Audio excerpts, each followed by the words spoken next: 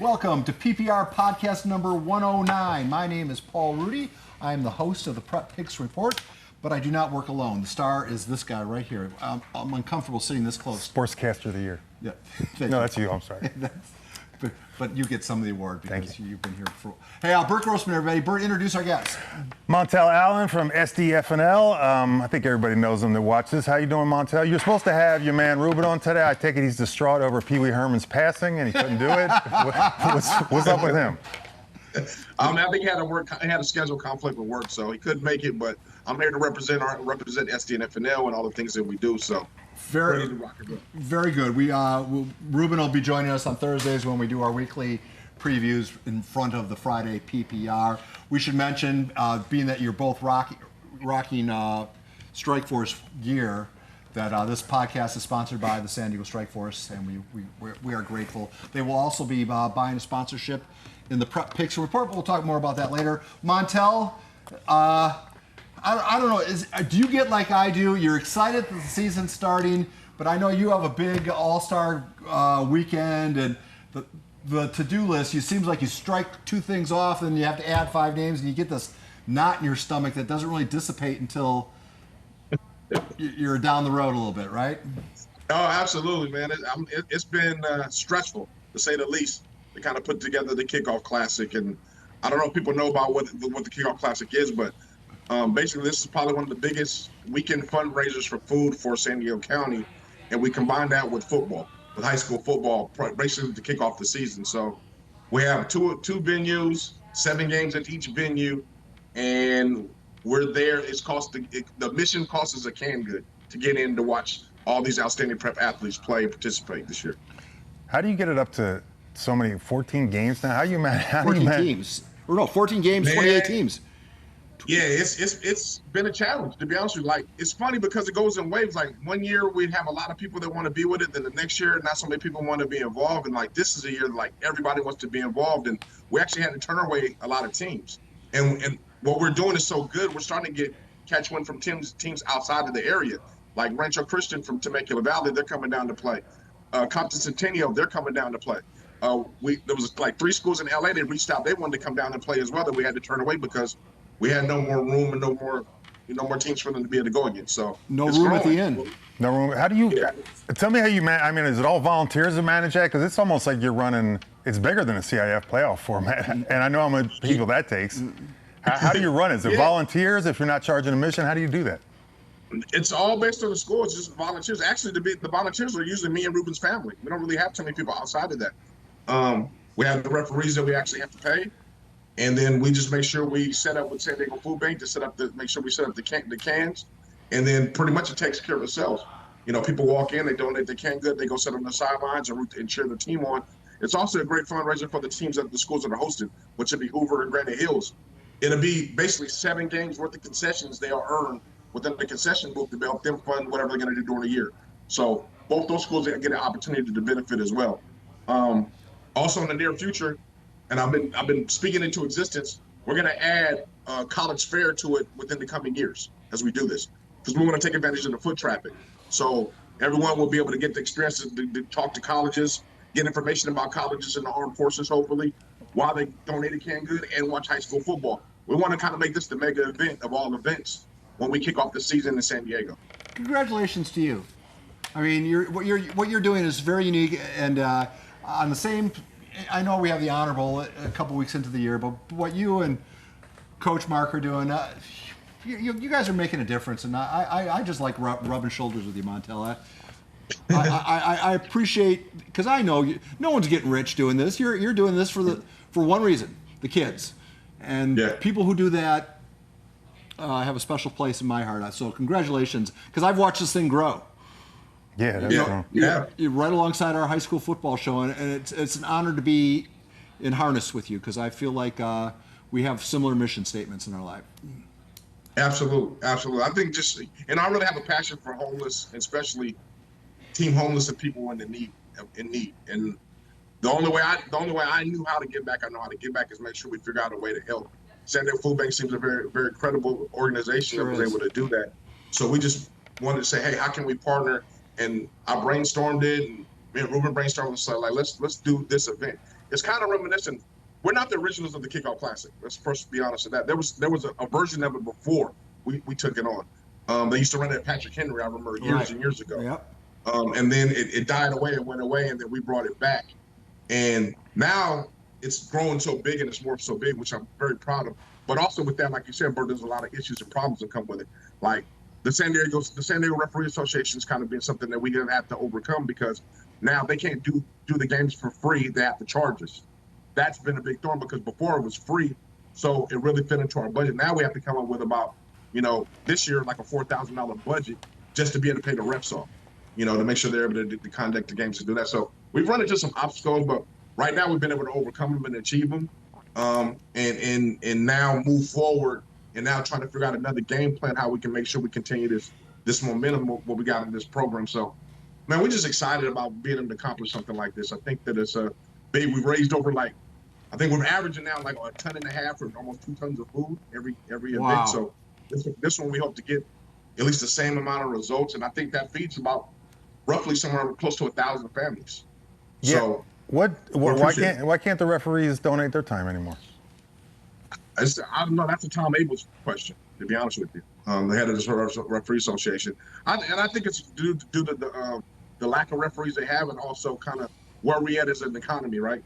Yeah. It's rough times for everybody. So, donating your time for free for an hour may be a little bit too hard for them, or like it impacts their budget. So they request that they get paid, and I respect it, because they do a job.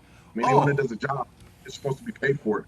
So I really do respect it, and I don't have a problem with it. It's just that we as a nonprofit, or we as an organization that doesn't really make any money, it's hard for us to kind of come up with that cash, to kind of fulfill it. So it's just another bump in the road. That's all. It's nothing that we can't overcome. We just got to do it. Open your checkbook right up. Come on. You're Sportscaster of the Year for San Diego Union Tribune. I know that came with like a $5,000 check. Why don't you just sign it over? All right, we let that go.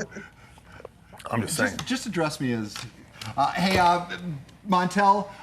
Yes. Getting back to that referee deal, I think 4,000. I get that when you're not when you're used to 0 on the item line budget.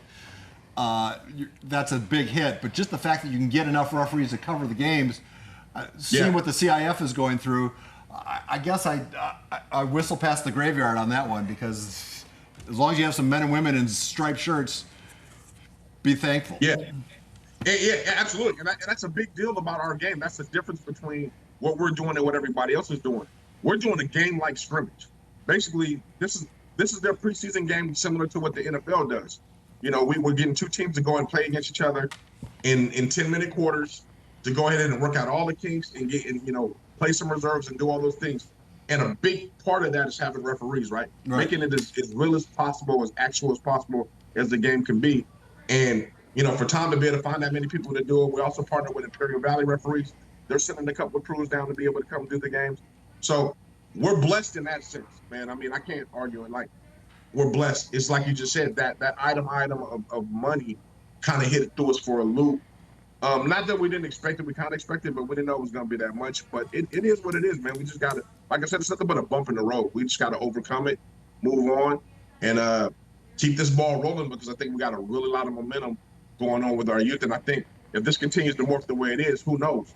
Maybe one day I'll be playing the Snapchat. Maybe these games will be at Snapchat Stadium. I don't know where it's going to go to, but right now I think we're doing a really, really good thing for our community. Hold on, man. Did you say Snapchat? It's Snapdragon.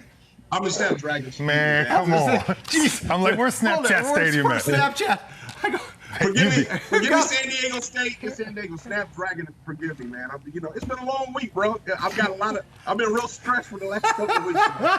I just want to know where that. Yeah. All right. So, let me. You talk about. We all know the ref shortage, and now high schools are playing during the week, and now they're bringing girls' flag in.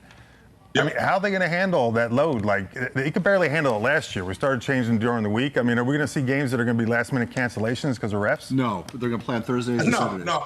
I think they'll figure out a way to maneuver around it like they did last year. And I actually like the format they did last year. I think it's good, interesting for kids to play sometimes early during the week, and kind of it kind of just varies. It breaks up the kind of monotonous of the way the games go, and it also breaks up the way the schedule is. And allows you to be a better coach, and I think a better mentor, to be able to prepare your kids kind of in a different way. I think now adding the girls' flag, I believe that's going to be during spring. I don't think they're going to be conducting girls flag football during fall. No, they're going to play during the fall. Another fall. Oh, they're going to play during the fall. So if you're right, I have no clue how they're going to be able to do it because they don't have any reps, right? They don't have any reps to do regular high school games. How are you going to do flag games and JV games and freshman games and so on and so on? So and youth on Saturday and it's youth crazy. on Saturday. And man, it's going to get really, really jammed up. I'm going to be perfectly honest with you. I think girls are going to probably get the short end of the stick, especially in the beginning, just because they're new. And that's unfortunate. They can't say that's right, wrong, or indifferent. I think that's kind of what's going to happen in the beginning. And then as either they buff up more referees or situations kind of come to play, then they'll kind of figure it out. I believe every high school should pay for a kid or a person or volunteer person to go to become a rep. Like either an old assistant coach, every high school should have to submit someone to become a rep. Yeah, or make it part of the PE requirement. You have to be a registered rep to get a PE job. Get the state to pay for it. Yeah. Hey, Montell, I don't know how if the name Brian Woods means anything to you, but you're gonna if it doesn't, it's gonna soon cross your transom because high school football, as we know it, is going to change this spring with the advent of the what's it called? The Prep Super League? Prep Super League, where San Diego is one of 12 cities in the country that will field an all-star football team, presumably made up of 3, 4, and 5-star talent. Maybe the 5-star guys won't play, but 3 and 4. Big-name players who are going to forego their spring sports season and play 11-on-11 tackle football across the country. There's going to be name, image, and licensing opportunities, whatever that means.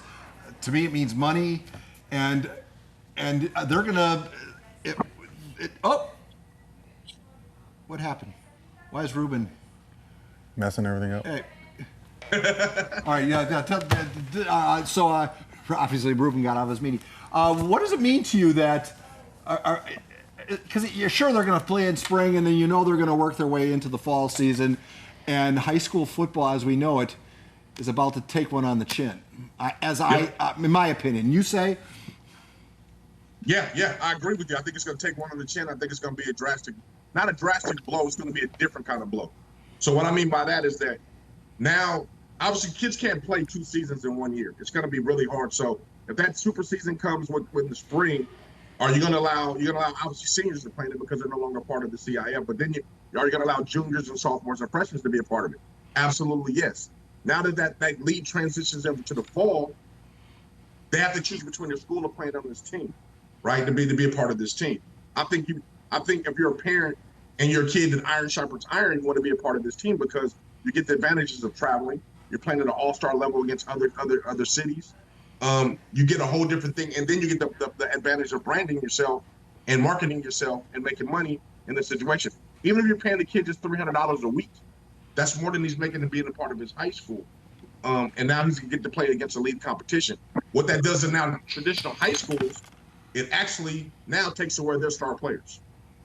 Those are gone. It gives them a room to develop other players. But now what we know is CIF Championship and CIF San Diego and CIF going to Southern Region and going to LA, those things will drastically change completely. You also got to understand that you're going to also entertain talent outside of San Diego that's going to want to play for the San Diego team.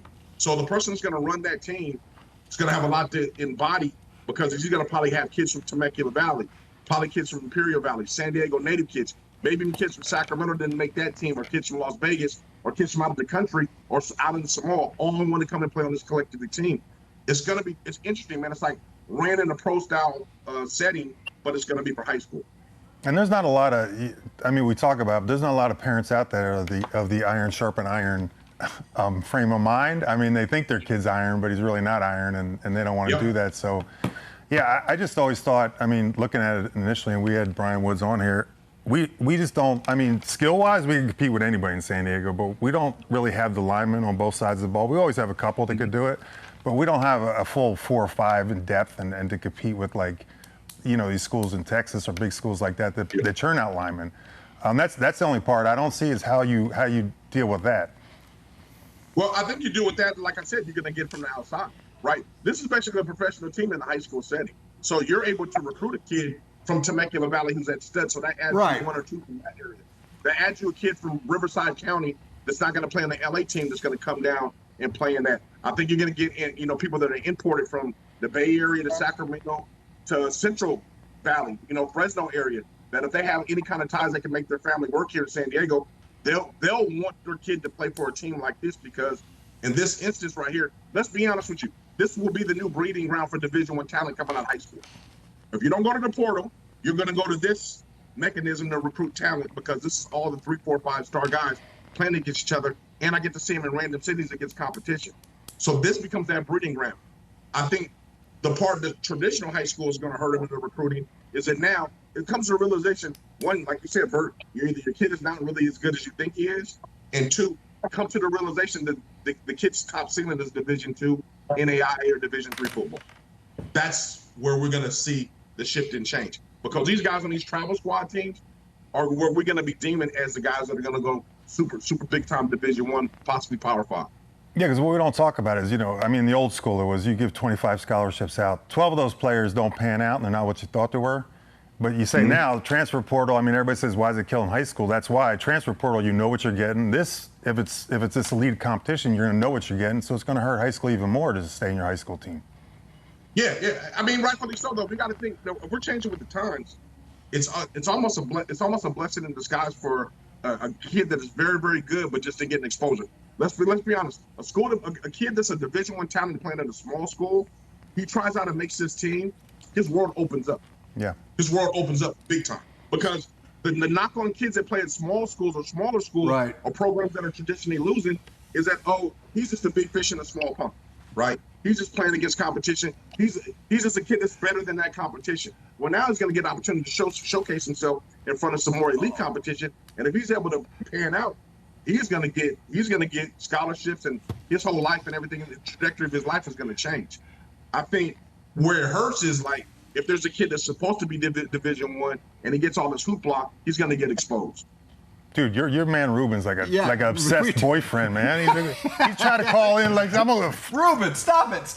You're goodness gracious. You missed your shot. All right, but let me push back against that a little bit, Montell. First of all, what I'm getting from your tone is you better embrace it, because there's no stopping it. Is that what you're saying? Yeah.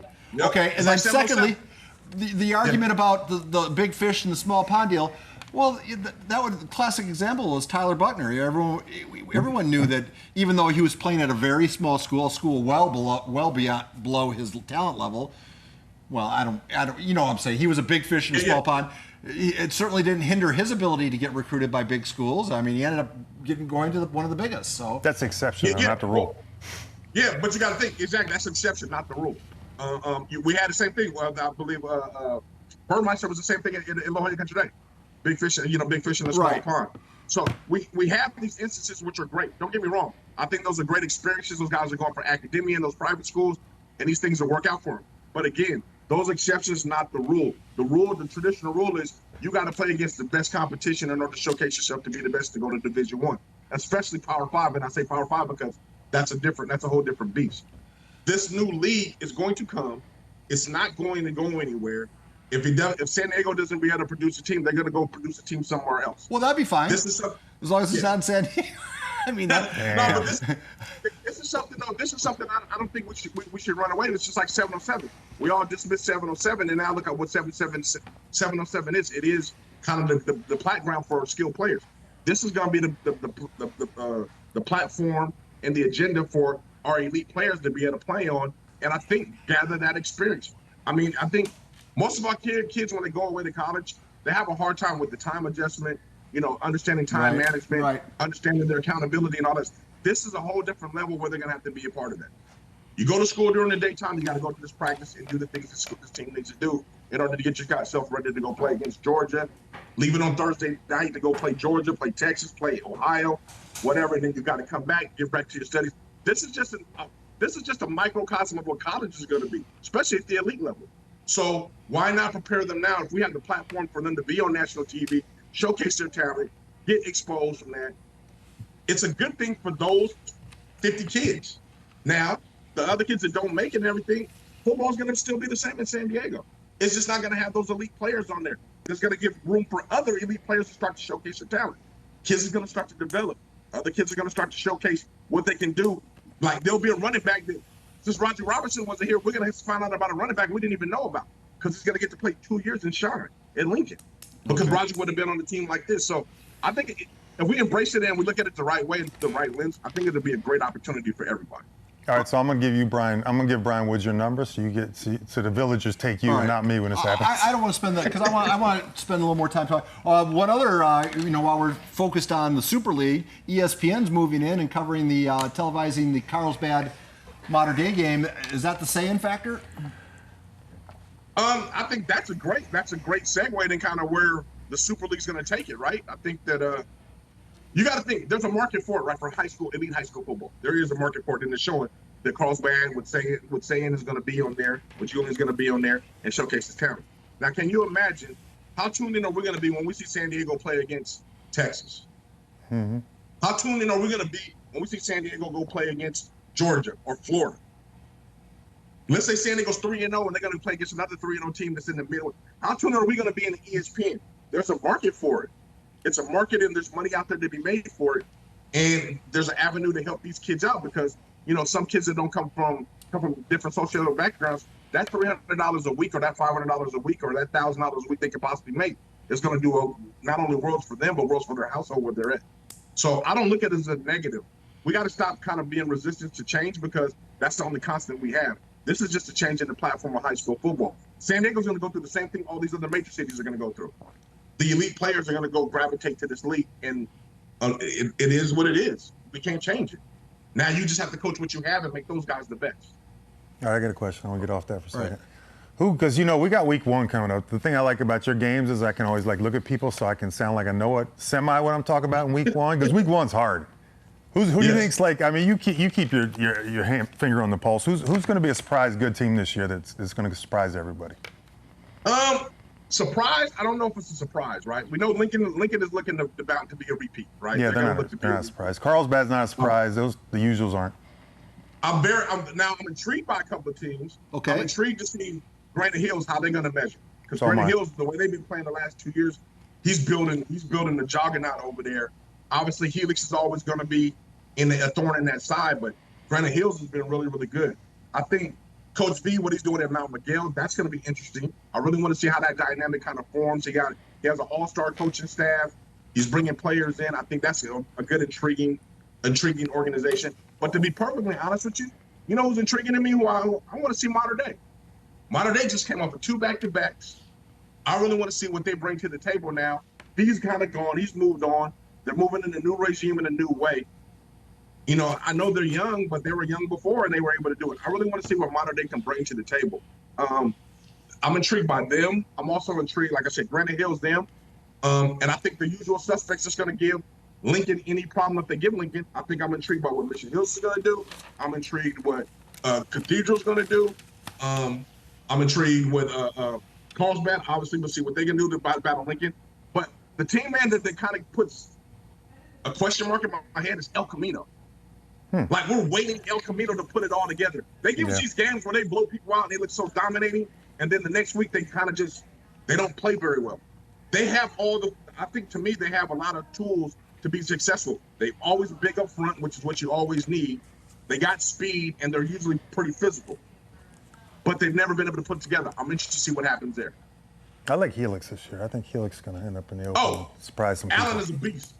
People sleeping on Allen. Allen is a beast for Helix. The two-way player there, I think that he's phenomenal, man. I think he's got some serious upswing. Helix is going to be somebody to reckon with as well. There'll be a thorn in Lincoln's side as well to see if Lincoln can make it all the way. All right, give me your open then right now. Preseason open. Yeah, I really don't. I mean, if you're saying who's going to win it all, Lincoln's going to win it all. I mean, as of right now, pending no injuries, that they look like it. They got young Smith there who just committed to Oregon. I think now the interesting caveat for Lincoln to me is the play calling. I think they've added Keely Smith to their staff as one of either offensive assistant or coordinator, and then you have Jason there. I think people forget that the Keely was really good, especially when they had Bulligraph and Bishops, right? They went all the way to the state. I think if they can figure out a way to combine their skills together and revolutionize an offense the way it should be, man, we might be seeing something completely different than we haven't seen in Lincoln in a long time. Are we surprised that he committed to Oregon? I mean, that's probably the most anticipated. I mean, I don't see. Those are tough shoes to follow. I know you want to write your own book, but that's a tough pen to use to write it to follow up on his career there. I mean, that's tough. But I mean, he's known in the school. It's been part of his family from since the day he was born. So, I mean, no surprise there, right? Yeah, exactly. I don't know. To be honest with you, like the question you asked me, who do I see surprising? This is kind of going to be a weird season for us because we lost a lot of great players. We have a lot of great seniors coming, juniors and turning seniors. But collectively as teams, we got a lot of great individuals on every team. We're good. Mirror Mason's another team that's interesting to me too. I want to see what comes out of Mirror Mason. I know they got some talent over there. They're strong. They have a really good schedule. It's like I got to see what's going to happen. We got to see what's going to how it's going to pan out because every year you guys put us on the spot about predicting the team, and every year it doesn't work. It doesn't work its way out. And then I get bashed. I tell you what I like about Mirror Mesa is they're truly a neighborhood team. I mean, those kids grew up together. They played together. Not a lot of transfers in, not a lot of transfers out. In this era of the Wild Wild West transfer, it seems like it's harder and harder to find surprising teams because all the kids congregate at the 8 or 9, 10 good schools, and there's no surprise there that they're all good. But a school like Mirror Mesa, all those kids have been playing together since junior. It's those kind of teams that I always kind of, in my heart of hearts, kind of root for because, that's how it used to be. Yeah. Well, I mean, you know what though, and I'm gonna catch some slack for this. CIF is to blame for part of this issue, and what I mean by that, and they can get on me all they want. CIF's trying to make it so rigid for kids to transfer and do all that they put themselves in a bad predicament. I think if CIF said, you know what, free to go where you go because the law averages, it starts to clean itself up, right? Everybody can't go transfer to Lincoln and play. Some of those guys are not going to play, so they get to go. What I do believe, I think your first transfer should be free, and then your second is when you should be having to be suspended for 3 games. Because the first one, go. Figure it out. Test the waters if you want to. Your parents are going to have to endure all that and do all that. But the next time you come to us, there's going to be no excuses. You have to sit out X, Y, Z games. And if you transfer again your third time, then you're suspended for the season. That will give everybody their freedom to kind of go and not getting the leeways and put all these loopholes and these committees and these conferences and appeals where we don't have to deal with all this. Let's let the law of the land figure itself out. I'd make the second one a little stiffer though. I'd up that from 3 to 6 games, and then the third one. That's fine. But I'm with you on that. And plus, then this chasing kids around and chasing the paperwork, and you're done with it. Save that money in the CIF budget, man. Keep that money to yourself. Yeah. Quit chasing people around. Put it towards your referees. And we're about a week and a half away from getting that, surprise couple kids that aren't eligible because of pre-enroll contact or moving out of area or whatever it is. And that's part, it's like, oh man, here it comes. And there's always 2 or 3 that like high profile players that we got to deal with that drama. All right. Yeah. So, go ahead, Paul. Sorry. No. Finish your thought, because I was just saying they could save all that money up front and all that anxiety up front. Say go. First time, go. I don't care, because typically most of those kids, let's say they all want to go to a super team, and we'll just use Lincoln as an example. Everybody wants to go to Lincoln. Let's be honest with you, everybody can't play at Lincoln. Yeah, until they get there. A lot of them want to play until they get there and they start seeing what they're running with. And that's what I was talking about. They think it's iron sharpens iron until they get hit with iron. and land on that field. Yeah, and then I'm going back to aluminum. Yep, exactly. Montell, being that you hold voting privileges for the Player of the Year, who's going to be the silver pigskin podium as we wrap this conversation up? Who are the 5 kids, and I'll give you a 6th if you need it, but the 5 kids that are going to be representing the San Diego Player of the Year contest, who will they be? I'll spot you one. Man, Julian why Sayed. you put me on that spot? Help me with this invert. I'm going to go with Allen from Helix. I think he's going to be a guy that's going to be on there. See, and I think it's going to be Ryland Jesse from Helix. Yeah, and Ryland Jesse, I think they're going to cancel each other out as votes. I think because they're going to feed off of each other. He's from Helix as well. I believe Saying obviously from Carlsbad. Let's see, who else? McMillan, Modern Day, probably. Yeah, I think he'll be up there on the 5th, and I'm trying to think who my 5th one would be. Wow. Kid from Madison, or how about Demarion White from? Is he big enough to make it as a defensive player? Can he have that 20-sack season? He could potentially. Talent-wise, he can. He could. I think this class, to be honest with you, Paul, this junior class, they have a lot of great individual talent. I like the kid from Army Navy as well. The Polynesian kid, this is defensive lineman. He's very talented, and I think he's going to put up big numbers and not to be ignored. But to be on the pigskin finalists, those top 5, I mean, it goes saying, and then everybody else as of right now. I'm going to be perfectly honest. It goes everybody else. Well, going back to the big fish, the big fish in the small pond. That kid from Army Navy, another classic example. No one can pronounce his name. Much that's why we don't bring him up. Yeah. I don't want to look like him. I'm the kid from Army Navy. He makes an appearance on the PPR. A month later, we hear he's being recruited, and then the next thing you know, did he get a Pac-12 offer? Yeah, he committed to Washington. Committed to Washington. So I guess I go back to, if you're a quality football player, no matter where you're playing, they will find you. But see, Paul, I would agree with you, but recruiting just became lazy now.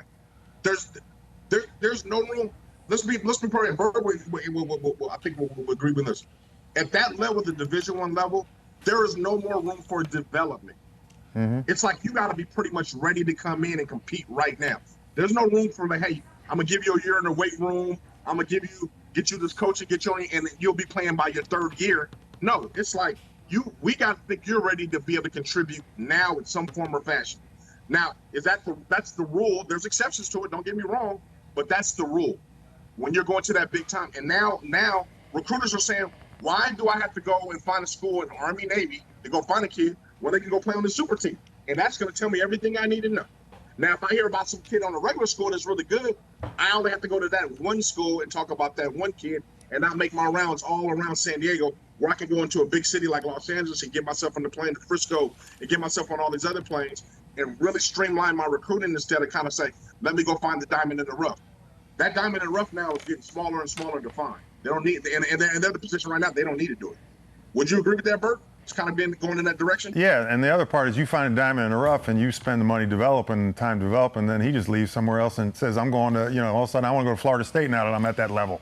All right. Thanks for getting me there, but now I'm going. Guys, we have to call it a conversation. I just want to point to the two Strike Force? The Strike Force logos. Oh, in the back? Where's It's behind you. Okay. There you go. There you go. Apologies to Ruben for he had a business meeting. We'll get him on again later. He'll be on every Thursday starting next week, Montell. So make sure he clears his business schedule. And thank you, sir, for doing this. But we got to cut it short. We got to do our news break. So that's not short. You're way over. How long do we go? Montell, you now have the record for the longest podcast. Boom.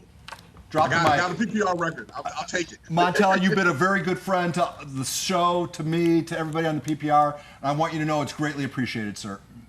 Perfect. You guys have a wonderful day. I'll see you guys. Thank you, Montell Allen's gone. Ruben, if you're out there watching, we'll get you on next time. It's not like it. Podcast is over.